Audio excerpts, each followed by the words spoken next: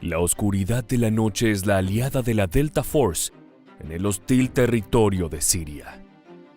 2 docenas de soldados de élite estadounidense se embarcan en una misión de alto impacto: capturar vivo o muerto a uno de los líderes del temido Estado Islámico. El enemigo es la pieza más importante en el tráfico ilegal de petróleo y gas que financia las operaciones del grupo. Pero no solo se dedica a llenar de dinero las cuentas de la organización terrorista, sino que es el principal apuntado por el secuestro y tortura de Kayla Mueller, una joven trabajadora humanitaria de origen norteamericano. Su nombre es Abu Sayyaf, uno de los hombres más buscados de ISIS. En este nuevo video de Mundo Bélico, conoceremos todos los detalles de la brutal operación llevada a cabo por las Fuerzas Especiales de Estados Unidos para atraparlo. Si quieres conocer cómo fue el sangriento camino hacia esta batalla, entonces ponte el chaleco antibalas y acompáñanos en esta aventura.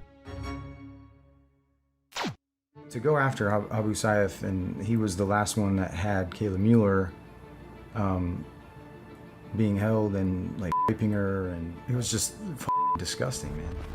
El Estado Islámico, también conocido como ISIS, nació como una rama de la organización terrorista de Al-Qaeda en Irak. Tras la muerte de uno de sus líderes en 2006, adoptó su nombre actual y buscó ganarse un lugar en la guerra contra Occidente. Sin embargo, la presencia de las fuerzas estadounidenses en la región debilitó al grupo insurgente. Ahora bien, en 2011, cuando las tropas norteamericanas se retiraron y la inestabilidad de la zona hizo estallar la guerra civil en Siria, la organización vio su oportunidad para resurgir. Bajo el liderazgo de Abu Bakr al-Baghdadi, expandió y consolidó su influencia gracias a la facilidad para sembrar terror y caos. Se infiltró en el territorio sirio en 2013, aprovechando el colapso del control gubernamental en grandes partes del país y la fragmentación de las fuerzas rebeldes. Rápidamente, ISIS comenzó a capturar importantes ciudades y se convirtió en una amenaza a nivel mundial por las feroces atrocidades que comete en nombre de la religión y su odio hacia Occidente. La región se volvió un infierno. En agosto de 2013, Kayla Mueller llegó para comprobarlo en carne propia. Esta joven estadounidense arribó a la ciudad siria de Alepo junto a su novio, que había sido contratado para instalar equipos de comunicación en un hospital de Médicos Sin Fronteras. Ella era una trabajadora humanitaria que venía de Turquía, donde colaboraba con los refugiados. No obstante, al notar que la zona era peligrosa para los extranjeros, y especialmente para los norteamericanos, la agencia de ayuda humanitaria a la que pertenecía decidió regresarla a suelo turco. Al día siguiente de su llegada a Irak, un vehículo pasó por ella para llevarla a la estación de autobuses, pero nunca alcanzó su destino. En el camino, fue interceptada por soldados del Estado Islámico. My name is Kayla Mueller. I need your help. It's very terrifying here. Their 24-year-old daughter, Kayla, was in the hands of one of the most brutal terror groups the world has ever known, ISIS. You just go into almost a catatonic state, I think. You just can't even stand up. Tras su secuestro, Kayla Mueller pasó aproximadamente 18 meses confinada. Durante su cautiverio, fue torturada y abusada por miembros de ISIS, incluyendo a Abu Bakr al-Baghdadi, el líder del grupo. Fue obligada a ser su esclava sexual. La joven oriunda de Arizona estuvo sola durante un tiempo, pero luego compartió celda con otras 3 mujeres. 2 de ellas, Frida Saide y Patricia Chávez, eventualmente fueron liberadas y compartieron detalles de su trágico confinamiento. Las condiciones en las que vivían eran deplorables. No veían la luz del sol. No existía higiene alguna y sufrían constantes agresiones por parte de sus captores. Sin embargo, ambas sobrevivientes hicieron énfasis en el odio que los hombres de ISIS tenían por Kayla en particular. I think it was clear that they hated Americans. They would scream at her and they would, blame her for everything that America has done in the world. Back in Arizona, Kayla's parents held out hope that ISIS would treat an aid worker gently, that one of the humanitarian groups she was connected to would help negotiate her freedom. But that did not happen. No one would claim her, so they assumed she was a spy. Cualquiera fuera la excusa, la joven se convirtió en la víctima de las peores y más temidas prácticas del Estado Islámico. Además de los abusos sexuales sufridos por parte de al-Baghdadi, también se le sumaban los tormentos de otro de los principales líderes de la organización terrorista. Aquí entra el despiadado Abu Sayyaf, responsable de infligir no solo dolor físico, sino también una tortura psicológica explotando los mayores miedos de Kayla. La incertidumbre sobre su destino final pesaba en su mente, pero muchas veces se encontró con los límites de su tolerancia y deseó que todo se acabe de una vez. La muerte como medio para terminar con el sufrimiento es un escenario que sus padres intentan evitar, aunque son conscientes de que podía ser la única alternativa. Si bien se esforzaron por dar a conocer el estado en el que se encontraba Kayla, para convencer al gobierno de entablar conversaciones, eso nunca prosperó. ISIS exigía una gran suma de dinero a cambio de su liberación, lo que resultaba imposible teniendo en cuenta las políticas estadounidenses. No se negocia con terroristas. We found out that her fingernails had been pulled out. Her hair had been shaved, and that she had been tortured. And the prospect of a negotiated release grew increasingly unlikely as the Muellers found themselves up against the U.S. policy not to make concessions to terrorists. I firmly believe that the United States government paying ransom to terrorists risks endangering more Americans and funding the very terrorism that we're trying to stop. Finalmente, en febrero de 2015, miembros del Estado Islámico anunciaron que Kayla Mueller había fallecido durante un bombardeo de fuerzas jordanas. Sin embargo, la naturaleza exacta de su muerte nunca se dio a conocer. La trágica historia de la joven puso en evidencia los peligros que enfrentan los trabajadores humanitarios en zonas de conflicto y también el brutal trato que ISIS da a sus prisioneros. Su memoria ha sido honrada a través de diversas organizaciones y campañas que buscan continuar su legado de ayuda con los más necesitados en regiones azotadas por la guerra. Desde el gobierno estadounidense se creyó que la mejor manera de homenajearla sería yendo detrás de los responsables de su terrible final. De esa manera, comenzó la cacería. El primer objetivo: Abu Sayyaf. A pesar de ser conocido con ese nombre, este alto comandante de ISIS en realidad se llamaba Fadil Ahmad al-Ayali. Además de desempeñar un papel importante en el secuestro y cautiverio de Kayla Mueller, tenía otras tareas claves dentro del grupo terrorista. Él era el principal responsable de supervisar las operaciones financieras de la organización, como el tráfico de petróleo y gas, que proporcionaban fondos significativos al Estado Islámico. Por estos motivos, se convirtió en un objetivo de gran valor para los norteamericanos. El 16 de mayo de 2015, las fuerzas especiales estadounidenses prepararon una redada para atraparlo. Según el trabajo de inteligencia, se encontraría en un edificio ubicado al este de Siria. Pero no estaría solo, así que la operación sería extremadamente peligrosa. El ejército decidió encomendar esta tarea a la Delta Force, una de las mejores unidades al servicio de Estados Unidos. 2 docenas de soldados pertenecientes a esta fuerza se prepararon para partir hacia su destino en las primeras horas de la madrugada. Desde el cuarto de mando se escuchó la orden final: ¡en marcha!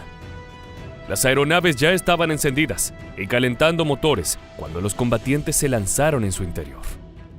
2 helicópteros Black Hawk y varios aviones B-22 iniciaron su vuelo en la oscuridad de la noche. El objetivo era un edificio residencial en Deir ez-Zor, por lo que sería difícil pasar desapercibidos. No obstante, el factor sorpresa y la velocidad serían claves para el éxito de la operación. Por esa razón, las aeronaves llegaron rápidamente con vuelo rasante entre las estructuras de la ciudad. Antes de que pudieran detenerse, los soldados ya habían saltado para comenzar con su primera tarea: hacer volar las puertas para ingresar al complejo. Pero antes, tuvieron su propia sorpresa en las calles. The Delta Force fighters engaged in gunfire with ISIS soldiers defending the outside of the building.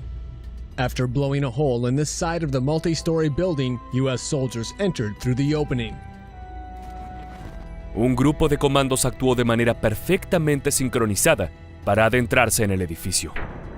Sin embargo, Los combatientes que habían tenido que enfrentar a los insurgentes se retrasaron un instante. Parte de la pared de la estructura voló, producto de las detonaciones provocadas por los explosivos de los primeros soldados en los ingresos. Pero los rezagados debían colocar nuevas cargas para permitir un mejor paso de las tropas. Con la adrenalina corriendo por sus venas y las armas listas, los Delta Force se movieron rápidamente. Sabían que el enemigo era muy peligroso, por lo que el operativo debía ser veloz y preciso. No obstante, no existen garantías a la hora de combatir contra una fuerza como ISIS.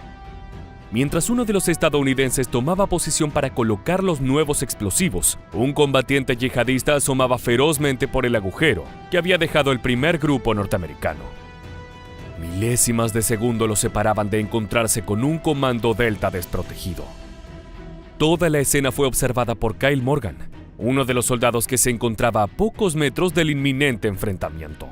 Todo comienza a ir en cámara lenta para Morgan. Ha observado cada detalle de la escena y sabe que su compañero está a punto de ser asesinado por un insurgente del Estado Islámico. Tiene que actuar, pero desde su posición son apenas unos centímetros los que separan al combatiente de ISIS del estadounidense. Si la bala de su rifle se desvía levemente, podría acabar con la vida de un Delta Force. La decisión es difícil, pero es consciente de que si no dispara, lo más probable es que muera a manos del enemigo. Solo él puede salvarlo, más allá de que el riesgo es convertirse en su verdugo. A pesar de que una persona promedio no podría reaccionar a tiempo frente a esta encrucijada, Kyle Morgan ha sido preparado para la acción, y dudar no es parte de su trabajo. Kyle acababa de tomar un disparo casi imposible, pero la vorágine de la redada no le permite detenerse a pensar en ello. Ni siquiera su compañero que estuvo a centímetros de la muerte lo hace. Luego podrá agradecerle, si es que ambos consiguen mantenerse con vida. Para ese momento el caos ya se había desatado. Los guardias de ISIS, tomados por sorpresa, responden brutalmente. El fuego cruzado ilumina las sombras dentro del edificio y los Delta avanzan implacables dejando algunos cadáveres a su paso. Están decididos a ir por su presa. Los estadounidenses se mueven como espectros en la oscuridad, rápidos y letales, calculando cada paso. Las balas que salen disparadas llevan una precisión mortal y poco a poco los enemigos van cayendo. Dentro del corazón del complejo, Abu Sayyaf intenta resistir. Las paredes retumban, mientras los operadores de élite barren las habitaciones, abatiendo a los defensores con una velocidad aterradora. Al ver el arrollador desempeño de los norteamericanos, los miembros del Estado Islámico comienzan a utilizar mujeres y niños como escudos humanos. La táctica complica el trabajo de los Delta, que quieren evitar hacerles daño. No obstante, sus rivales no dudarán en disparar. En medio de los combates, un soldado estadounidense se encuentra en un cuarto donde ve un gran armario. Lo abre y lo primero que descubre dentro es una mujer, pero también se esconde una brutal sorpresa. El comando Delta lucha con todas sus fuerzas para evitar que el arma logre apuntarle a su cuerpo. Está completamente desprotegido, hasta que uno de sus compañeros ingresa a la habitación. Nuevamente la escena requiere de precisión quirúrgica. Esta vez, el norteamericano que está forcejeando con el combatiente de ISIS se mueve para todos lados intentando evitar la muerte. Ambos se retuercen cuerpo a cuerpo, pero el soldado de élite que acaba de entrar tampoco duda en lo que debe hacer. Toma su fusil y dispara. La sangre inunda las paredes y el suelo de todo el lugar. Otro insurgente acaba de morir, y la Delta Force no sufre bajas. Se acerca el final de la batalla. El señor de la guerra está acorralado, pero a pesar de encontrarse entre la espada y la pared, Abu Sayyaf decide luchar hasta el último segundo. De esa forma selló su destino. En un intercambio feroz, cayó muerto bajo el fuego de las fuerzas estadounidenses. La operación fue ejecutada con una perfección increíble. El tipo de precisión que solo años de entrenamiento y experiencia pueden lograr. Con el principal objetivo abatido, los soldados se movieron hacia la siguiente fase de la misión: capturar a Sayyaf, la esposa del líder de ISIS. Se trata de una figura en las sombras, que tenía un papel clave en la esclavitud sexual y el maltrato de prisioneros, incluido el caso de Kayla Mueller. Cuando la encontraron, Sayaf fue capturada viva. Había intentado esconderse, pero no había escapatoria. Su detención se convertiría en una pieza clave en la recolección de información valiosa. Tal como lo expuso Morgan, Sayaf proporcionó detalles aterradores sobre el trato inhumano que había sufrido Kayla Mueller y otras mujeres en manos de ISIS, revelando la brutalidad de al-Baghdadi, el líder máximo de la organización. Esto se sumó a la amplia recolección de inteligencia que se hizo en el lugar. Documentos, computadoras y teléfonos fueron incautados. Cada pieza de tecnología y papel contenía secretos vitales, rutas de tráfico de petróleo, nombres de cómplices, redes financieras. El verdadero tesoro no era simplemente la muerte de Abu Sayyaf, sino la avalancha de datos que ahora estaba en manos de las fuerzas norteamericanas. La misión fue un éxito rotundo. Significó un golpe crucial a la organización terrorista y preparó el terreno para el siguiente: la muerte de Abu Bakr al-Baghdadi.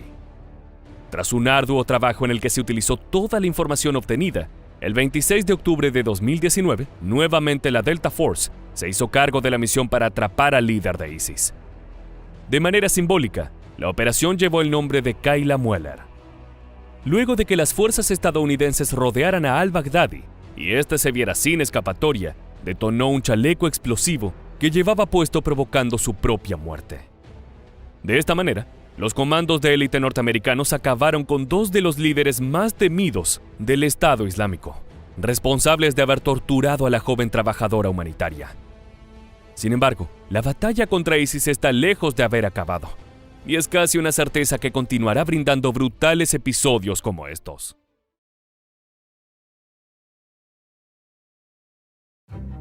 Brilliant guy, but I usually don't do good and evil when you're talking about your enemy. I don't think it's helpful. I think it colors your judgment. This guy was the definition of evil. He was an evil man. Can you describe some of the stuff? The most dramatic one is this missionary, Kayla Mueller, American missionary trying to help out over there, was kidnapped, and she became his, basically slave.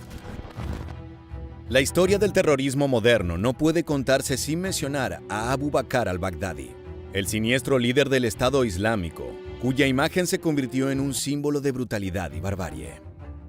Desde que proclamó un califato en 2014, al-Baghdadi encarnó el terror, la opresión y la violencia.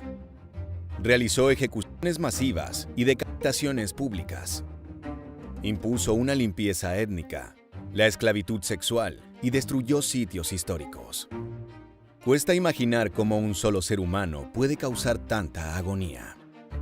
En 2019, la unidad de élite de Estados Unidos llevó a cabo una operación épica y audaz en las afueras de la ciudad de Barisha, Siria, para poner fin a su reinado de horror.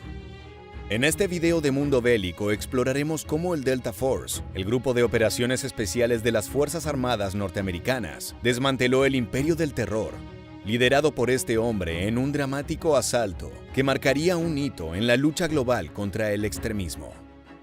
Comencemos.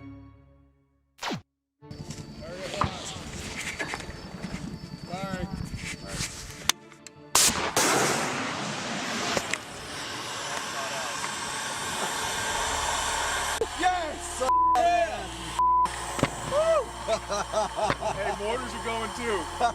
Yeah. Mortars are going too. There they go. Nice shot, bro. La madrugada del 27 de octubre de 2019 marcó un momento decisivo en la lucha global contra el terrorismo. Abu Bakr al-Baghdadi, líder del grupo yihadista Estado Islámico, o ISIS, fue el objetivo principal de una compleja y arriesgada operación militar llevada a cabo por el Delta Force en el noroeste de Siria. Al-Baghdadi había sido el hombre más buscado del mundo, y su eliminación implicaría un golpe monumental para el grupo que él lideraba. Esta misión significaría no solo el fin de un hombre que simbolizaba la brutalidad del ISIS, sino también un triunfo estratégico en la lucha contra el terrorismo global. Abu Bakr al-Baghdadi, cuyo verdadero nombre era Ibrahim Awaddu Ibrahim al-Badri, nació en 1971 en la ciudad de Samarra, al norte de Bagdad, Irak. Provenía de una familia sunita y, según informes, se consideraba un descendiente directo del profeta Mahoma a través de la tribu Quraysh. Al-Baghdadi estudió teología islámica en la Universidad Islámica de Bagdad, lo que le proporcionó una base religiosa que más tarde utilizaría para justificar las brutales acciones de ISIS. Baghdadi se unió a la insurgencia iraquí tras la invasión estadounidense de Irak en 2003. Ascendió rápidamente en las filas de los grupos insurgentes y terroristas, y en 2010 asumió el liderazgo de lo que entonces se conocía como el Estado Islámico de Irak. Con la guerra civil en Siria en 2011, Baghdadi expandió las operaciones de su grupo. Conocido por su interpretación radical del Islam y sus actos atroces de violencia. أمانة ثقيلة فوليت عليكم ولست بخيركم ولا أفضل منكم فإن رأيتموني على حق فأعينوني وإن رأيتموني على باطل فانصحوني وسددوني.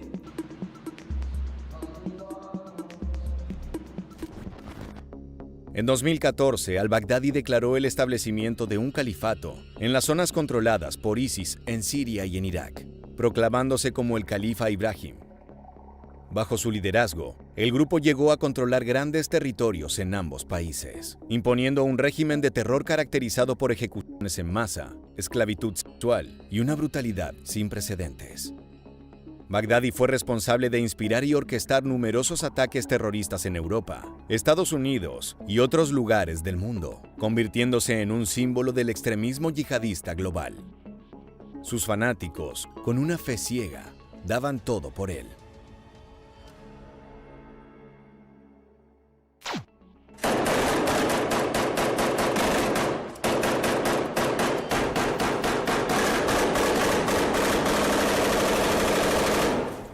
This is crazy, crazy stuff.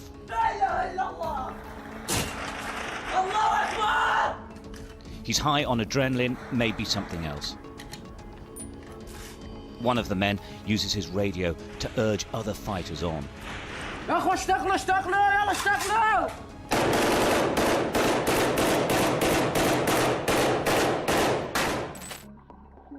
Si vamos a hablar de la captura de al-Baghdadi, es imposible no mencionar a Chris Miller, una de esas figuras que parecen emerger de las sombras en los momentos más decisivos.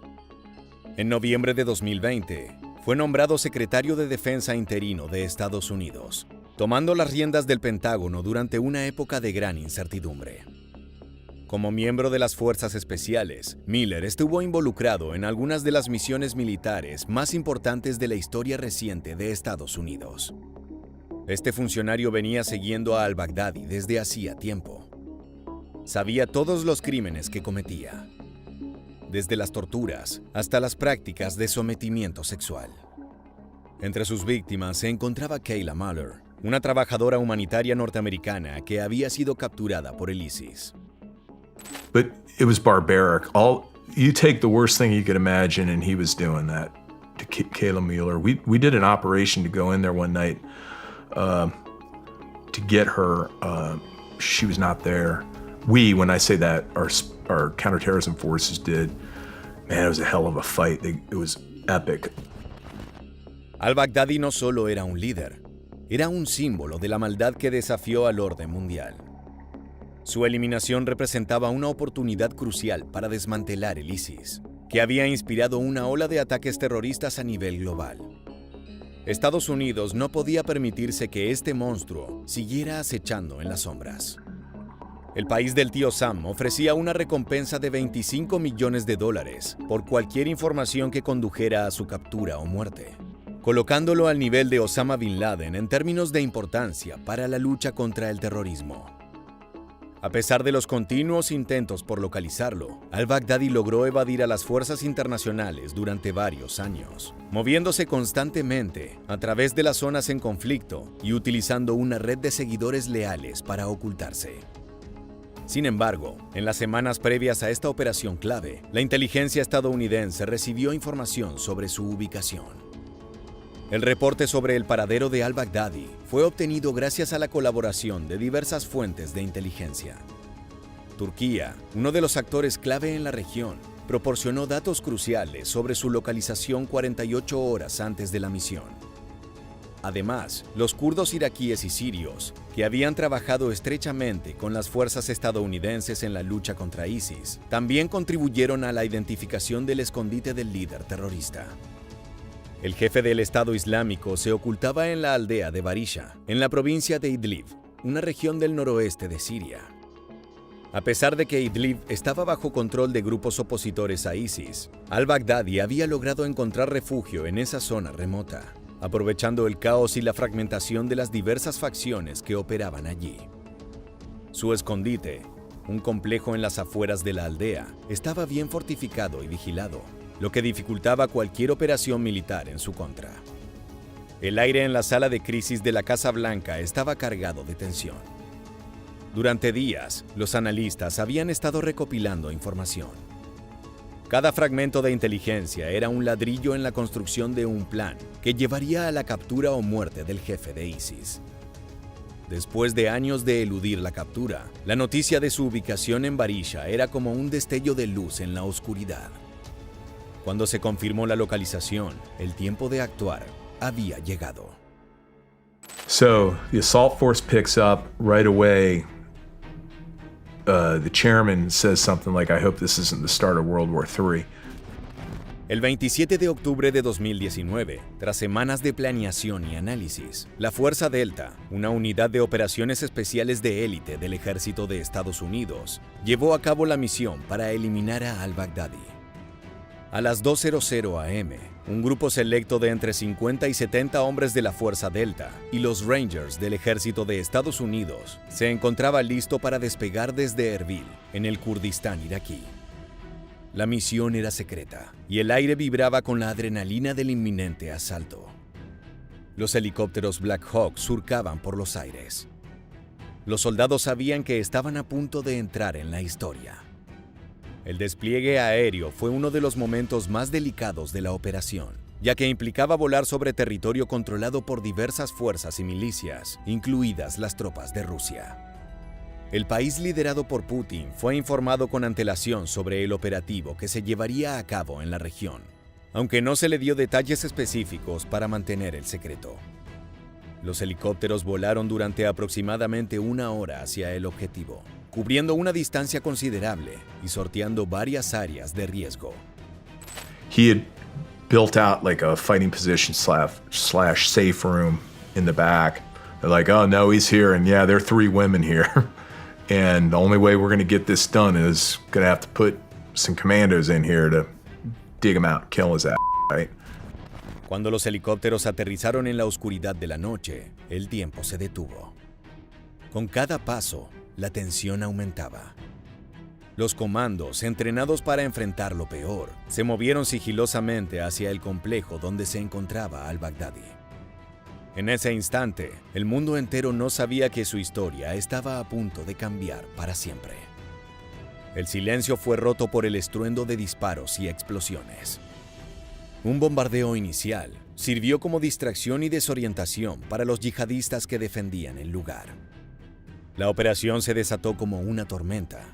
Las balas volaban y las explosiones retumbaban, creando un caos que se asemejaba a una película de acción. Hey, get in the fucking fight! Let's go! Start shooting!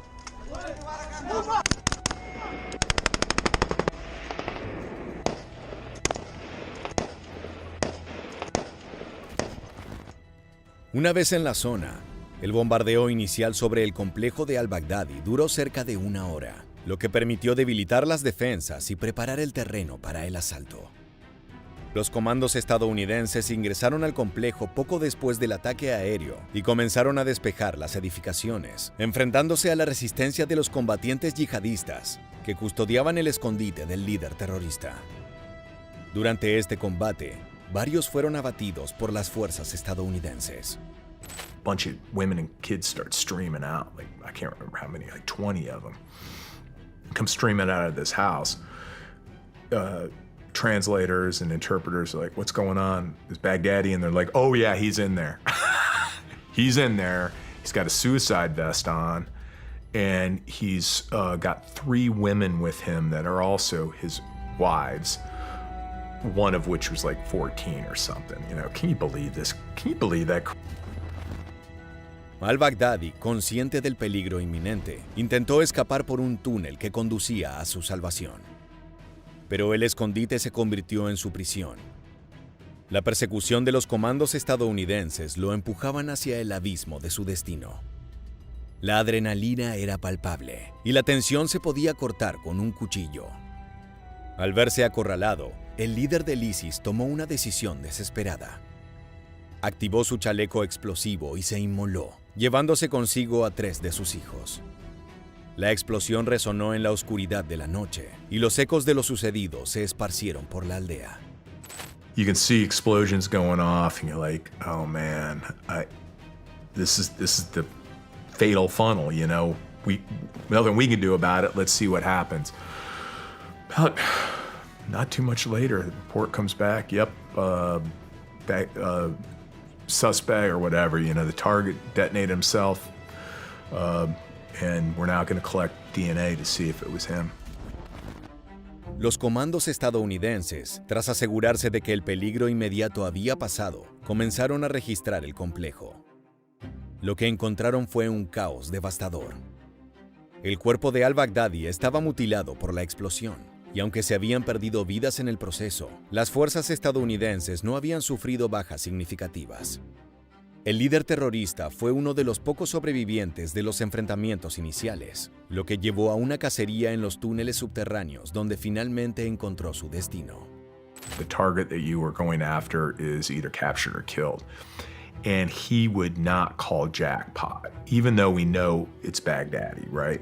It's like not calling jackpot.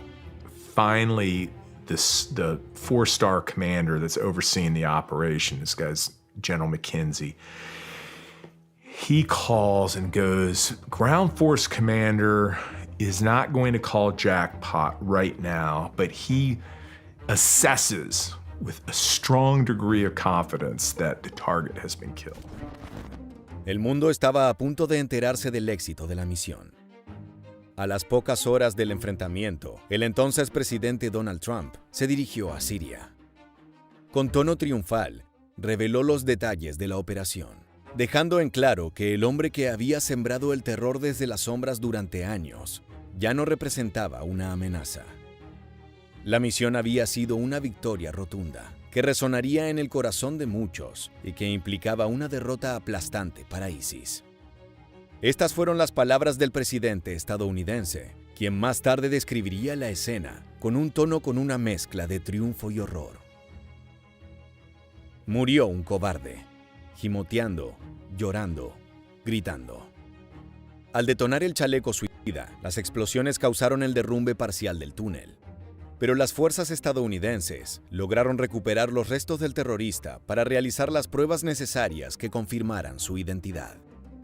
A pesar de la gravedad de la detonación, el rostro de al-Baghdadi quedó relativamente intacto, lo que permitió su identificación inicial. Posteriormente, se llevaron a cabo pruebas de ADN para asegurar que efectivamente se trataba del líder de ISIS, corroborando su identidad al 100%. Además de al-Baghdadi, 2 de sus esposas también fueron encontradas en el complejo, ambas portando chalecos explosivos que no llegaron a detonar. Chairman, do you want to know what the task force name was? Because usually they just come up with some number, right? Task Force 52-9 or what the hell it was. We're like, yeah, sure. They go, they named it after Kayla Mueller. La muerte de Abu Bakr al-Baghdadi fue un hito crucial en la lucha contra ISIS. Su desaparición dejó al grupo yihadista sin su líder carismático, sin el hombre que había orquestado la expansión del califato en Siria e Irak. Si bien el ISIS ya había perdido la mayor parte de su territorio para 2019, al-Baghdadi seguía siendo un símbolo de resistencia para sus seguidores y un líder operativo que aún tenía la capacidad de coordinar ataques y movilizar células terroristas en diferentes partes del mundo.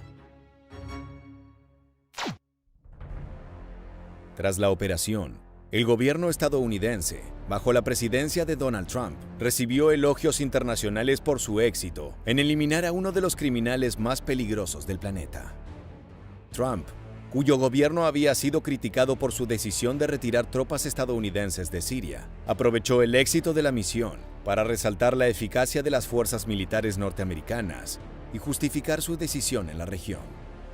Sin embargo, la operación también provocó controversia cuando se reveló que Trump no informó previamente a la presidenta de la Cámara de Representantes, Nancy Pelosi, ni a otros líderes demócratas sobre la misión, argumentando que quería mantener el secreto debido a las filtraciones en el gobierno. Finalmente, la muerte de al-Baghdadi es un recordatorio de que la lucha contra el terrorismo es un esfuerzo continuo que requiere no solo acción militar, sino también estrategias políticas, económicas y sociales para abordar los problemas que permiten que el extremismo florezca. Mientras el mundo celebra la caída de un líder terrorista, debe permanecer vigilante y comprometido con la construcción de un futuro en el que el extremismo violento no tenga lugar en la sociedad.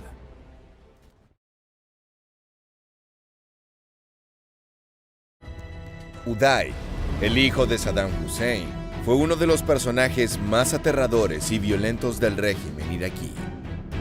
Nacido con el poder absoluto que le daba su apellido, creció bajo la sombra del control total de su padre sobre Irak, pero con el tiempo desarrolló una personalidad aún más sádica y desquiciada. La vida de Uday fue una demostración constante de violencia, poder sin límites y excesos desenfrenados.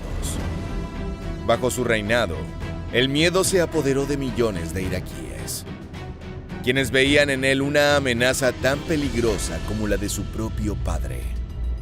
Su crueldad lo convirtió en un símbolo del mal en la historia reciente de Medio Oriente. En este nuevo video de Mundo Bélico conoceremos la vida del hijo de Saddam. No solo sus peores crímenes y torturas, sino también la mente perturbada que convirtió al príncipe oscuro de Irak en uno de los monstruos más temidos del planeta. Comencemos. He allows his eldest son to be a killer, to be a thief, to be a torturer, to be a rapist.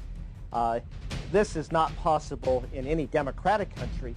Desde 1979, Saddam Hussein gobernó Irak con mano de hierro, ambiciones desmedidas y un ansia de poder que sembraron el caos y el dolor en la región. Su siniestro clan incluía a 5 hijos, entre los cuales destacaba uno por su crueldad y sadismo que incluso superó a su progenitor, Uday, el hijo mayor de Saddam. A pesar de haber tenido acceso a todas las comodidades y oportunidades de su privilegiada posición, el joven decidió vivir una vida marcada por el caos y la barbarie. Desde temprana edad mostró señales alarmantes de una personalidad profundamente perturbada. Criado en un ambiente de absoluta impunidad, donde las leyes no se aplicaban a la familia gobernante y el poder se ejercía sin restricciones. Creció con la convicción de que podía hacer lo que quisiera, sin temor a las repercusiones. Su padre, presidente de Irak entre el 16 de julio de 1979 y el 9 de abril de 2003, le brindó al joven un acceso casi ilimitado a los recursos del Estado y lo colocó en posiciones de poder que fortalecieron su creciente ego y afán de control. Sin embargo, a diferencia de otros hijos de tiranos, que mantuvieron cierta distancia con la violencia directa, Uday no solo participaba activamente en ella, sino que la disfrutaba. Con el paso del tiempo, la relación entre Uday y su padre se deterioró. Saddam, a pesar de su propia brutalidad, veía en su primogénito un problema que ya no podía controlar. Los arrebatos de violencia y los excesos de su hijo mayor se habían vuelto tan impredecibles que incluso el propio dictador iraquí temía que fuera incapaz de gobernar de manera efectiva. Uno de los incidentes más significativos en los inicios de la vida adulta de Uday estuvo atravesado por un ataque de celos irracional. En octubre de 1988, su padre había escogido a su futura segunda esposa, y Kamel Shesheo, uno de los guardaespaldas más cercanos de Saddam Hussein, organizaba los encuentros amorosos entre ambos. Eso encendió la ira de Uday, temeroso de perder su posición de privilegio ante su padre. En un acto de furia descontrolada, golpeó a Shesheo hasta matarlo en medio de una fiesta, utilizando un garrote como arma. Este incidente estremeció incluso a Saddam, quien, a pesar de ser uno de los dictadores más sanguinarios del siglo XX, consideró necesario castigar a su hijo enviándolo temporalmente al exilio en Suiza. En ese momento, su hermano menor, Qusay, comenzó a ser preparado como el sucesor de Saddam. Este destierro, sin embargo, fue solo un breve respiro en la escalada de violencia que caracterizaría la vida de Uday. Tras su regreso a Irak en 1990, el hijo mayor de Saddam continuó forjando su reputación de monstruo. A partir de su reintegración en el régimen, comenzó a controlar diversos sectores de poder en Irak, incluyendo la propaganda, los medios de comunicación y las fuerzas leales.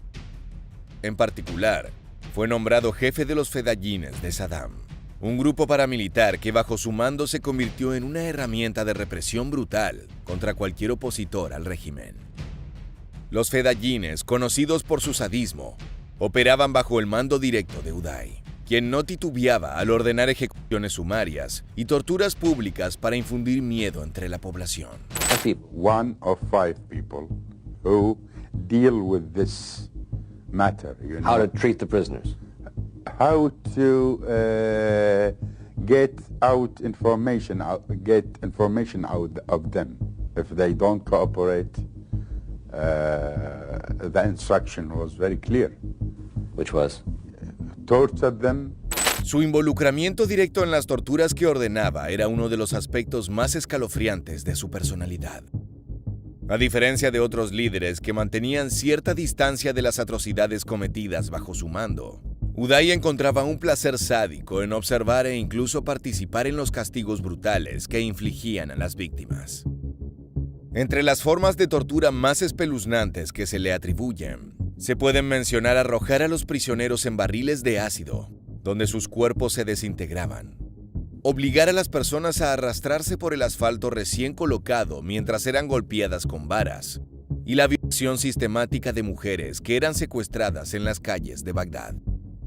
El poder que acumuló con el paso de los años lo transformó en uno de los hombres más temidos de Irak. Su temperamento errático y violento, combinado con su acceso ilimitado a los recursos del Estado, le permitió desatar una era de terror en la que él era el verdugo principal. Las historias sobre las atrocidades cometidas por Uday se multiplicaban, y muchos sobrevivientes relataron los horrores vividos en carne propia, consolidando su imagen con un aura siniestra. El príncipe oscuro de Irak recurrió al deporte con la intención de ganar popularidad. Para ello, se autoproclamó presidente del Comité Olímpico y de la Federación de Fútbol de Irak. Desde esa posición, Uday mantuvo un control absoluto sobre los atletas, especialmente los futbolistas. Lejos de ser un líder deportivo tradicional, su enfoque hacia los deportistas era despiadado y sanguinario. Well, they took me straight away to the prison, and every single day I've been beaten my feet, and 20 a day, and I'm not allowed to eat or drink, just a glass of water and piece of bread. Uno de los grupos más afectados por la crueldad de Uday fue el de los atletas iraquíes.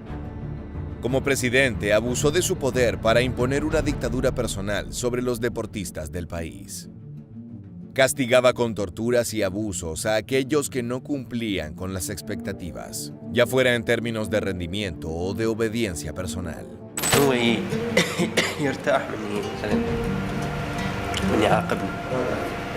هو يعني يحب مثلا يحب انه يعاقبنا يحب شايف واحد يحب انه انا اجي والله انا احب انه اذيك هيك كان هو يعني. Cualquier atleta que no lograra cumplir con las expectativas de Uday era sometido a torturas inimaginables. En uno de los casos más conocidos, jugadores de la selección de fútbol de Irak fueron encarcelados y obligados a patear pelotas de cemento como castigo por no haber logrado clasificar a la final de la Copa del Mundo de 1994. En otras ocasiones, los atletas eran arrastrados a través de pozos de grava y sumergidos en tanques de aguas residuales para que sus heridas se infectaran. Uday disponía de todo un arsenal para realizar esas torturas y no temía exponerlos públicamente. De esa forma, buscaba no solo amedrentar a los deportistas ante su mal desempeño, sino también mostrar a toda la nación que el fracaso no era una opción bajo el mandato del iraquí. يقول لك من أضربه من أسجنه من هذا يطلع أقوى يصير شرس يحاول إنه يعمل أشياء كثيرة في سبيل إنه يربح المباراة. This I am here. This game lose 2-0 with Bahrain. 7-player in the jail. Uday no solo ejercía su poder mediante la violencia física y la tortura, sino también a través del abuso sexual sistemático. Como si fuera una extensión de su poder político y militar, Uday veía a las mujeres de Irak como objetos que estaban a su disposición. Las historias de violaciones cometidas por él y sus guardaespaldas son numerosas y muestran un patrón de comportamiento deshumanizante hacia el género femenino. He sometimes liked to rape. Yes, raping is one of his, let me say, hobbies. One of his hobbies. Yes. Is raping. Yes. And I am not exaggerating. La impunidad con la que Uday Hussein actuaba era aterradora. Nadie podía decir que no a sus caprichos, y quienes lo intentaban pagaban un precio brutal. Entre sus víctimas se encontraban niñas de tan solo 12 años. Jóvenes que eran secuestradas de las calles de Bagdad para satisfacer los deseos del primogénito de Saddam Hussein. Uno de los relatos más comunes entre las víctimas de Uday describe cómo recorría las calles en su lujoso automóvil, eligiendo al azar a mujeres que luego serían secuestradas y llevadas a su residencia. Una vez allí, eran violadas y aquellas que se atrevían a resistirse enfrentaban castigos aún más horribles, desde la tortura física hasta la ejecución. La impunidad con la que actuaba era tal que muchas familias temían dejar salir a sus hijas solas, sabiendo que podían convertirse en las próximas víctimas del tirano. La obsesión de Uday por el sexo también se reflejaba en su fastuosa mansión, que fue descubierta tras la invasión estadounidense de Irak en 2003. Dentro de su residencia, las fuerzas norteamericanas encontraron una cantidad alarmante de evidencia de sus excesos. Paredes adornadas con pinturas y fotografías de mujeres desnudas, cajas de píldoras sexuales y pilas de pornografía. En su oficina personal, también se hallaron profilácticos y antidepresivos. Esto último sugiere que a pesar de su poder absoluto, Uday no obtenía satisfacción ni siquiera en sus propios excesos. يضربون فيها اي يجلد بس ما يضرب بالكهرباء بس يجلدوا يعني اكو لاعبين كثير انضربوا. En 1996, Uday fue víctima de un intento de asesinato mientras paseaba en su Porsche por Bagdad. Aunque sobrevivió al ataque, quedó gravemente herido, con una bala incrustada en su columna vertebral, que lo obligaría a caminar con un bastón el resto de su vida. Este evento marcó un punto de inflexión en su carrera, ya que su incapacidad física debilitó su posición dentro del régimen. I think that he has certain mental problems. Mental problems? Certain mental problems, and he is a very dangerous man to know. And if you know him, you don't want to know him. Finalmente, la invasión de Irak por parte de las fuerzas de la coalición liderada por Estados Unidos en 2003 selló su destino. Tras la caída del poder de Saddam, quedó claro que su hijo era aún más cruel y despiadado de lo que muchos habían imaginado. Irónicamente, su padre fue quizás la única persona capaz de controlar la maldad de su primogénito. Con la pérdida del control sobre Bagdad el 9 de abril de ese año y el colapso del régimen, Uday y su hermano Qusay huyeron hacia el norte de Irak, buscando refugio en la ciudad de Mosul. A pesar de su poder y los vastos recursos que tenían a su disposición, la rápida caída del gobierno de su padre los dejó vulnerables. Para Uday, un hombre acostumbrado a vivir en lujosas mansiones, rodeado de coches deportivos y un ejército de guardaespaldas, la vida en la clandestinidad fue un duro golpe a su ego. So if the U.S. goes in looking for Saddam Hussein, they should also be looking for Uday Hussein. Uday certainly will be one of the top targets for any international criminal investigation. El 22 de julio de 2003, solo unos meses después de la caída de Bagdad, las fuerzas especiales estadounidenses, en colaboración con informantes iraquíes, descubrieron el escondite de Uday y Qusay en Mosul. La ubicación fue revelada por un familiar que, desesperado por obtener la recompensa de $30 millones ofrecida por el gobierno estadounidense, los delató. Uday y Qusay, junto con el hijo de este y un guardaespaldas, se refugiaban en una casa que pertenecía a un simpatizante del régimen. Get out there, Baba! They're coming!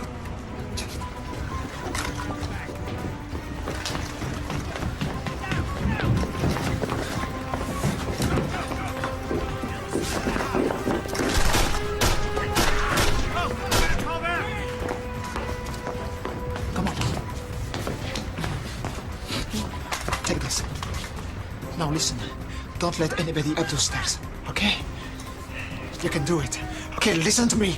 A medida que las fuerzas especiales estadounidenses se preparaban para llevar a cabo una de las operaciones más esperadas de la guerra, la atmósfera estaba cargada de tensión y anticipación.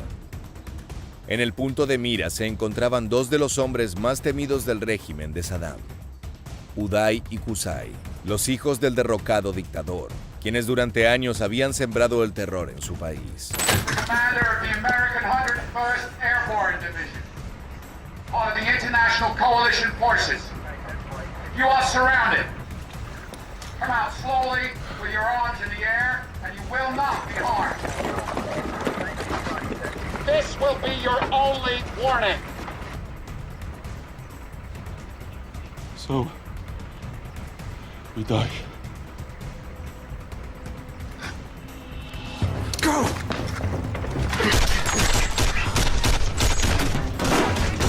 Uday y Qusay, armados hasta los dientes, abrieron fuego, y el sonido de las balas resonó como una orquesta sinfónica de terror. Los operadores respondieron con la misma ferocidad, entrenados para neutralizar amenazas en un abrir y cerrar de ojos. En medio de este violento intercambio, el equipo avanzó y el miedo y la violencia se entrelazaron en un espectáculo aterrador. La batalla continuó y el tiempo se volvió un concepto borroso. Uday y Qusay, al escuchar el tumulto, sabían que su reinado se había acabado. Rodeados de poder, lujos y privilegios, se habían creído invulnerables. Pero ese día, la realidad era diferente. Las fuerzas especiales estaban en su puerta y el eco de la muerte se acercaba.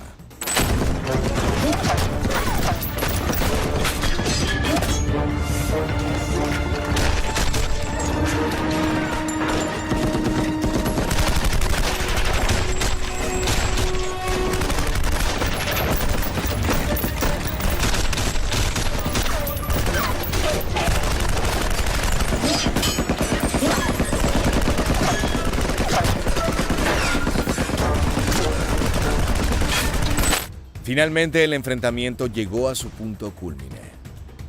Las fuerzas especiales lograron localizar a Uday y Qusay en el segundo piso de la mansión. Su arrogancia había sido reemplazada por una lucha por la supervivencia. En una sala llena de sombras y gritos, las balas volaban en todas las direcciones. La atmósfera era electrizante. El aire estaba cargado de peligro y con la promesa de un desenlace inminente. El clímax de esta saga de horror ocurrió en un breve pero intenso intercambio de disparos. Get down! Get down! Fuck! Get down! Fuck!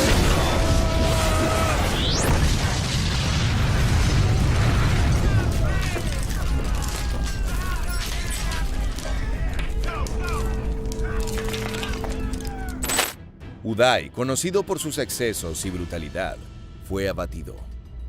La leyenda del terror en Irak, el hijo que disfrutaba del sufrimiento ajeno, había encontrado su fin. Qusay, el hermano que había estado en la sombra, fue el siguiente en morir. Las fuerzas especiales, al confirmar sus identidades, se dieron cuenta de que habían erradicado a dos de los más brutales tiranos del mundo. El estruendo de la batalla se convirtió en silencio y la victoria fue innegable. La operación, aunque marcada por la violencia, había logrado su objetivo.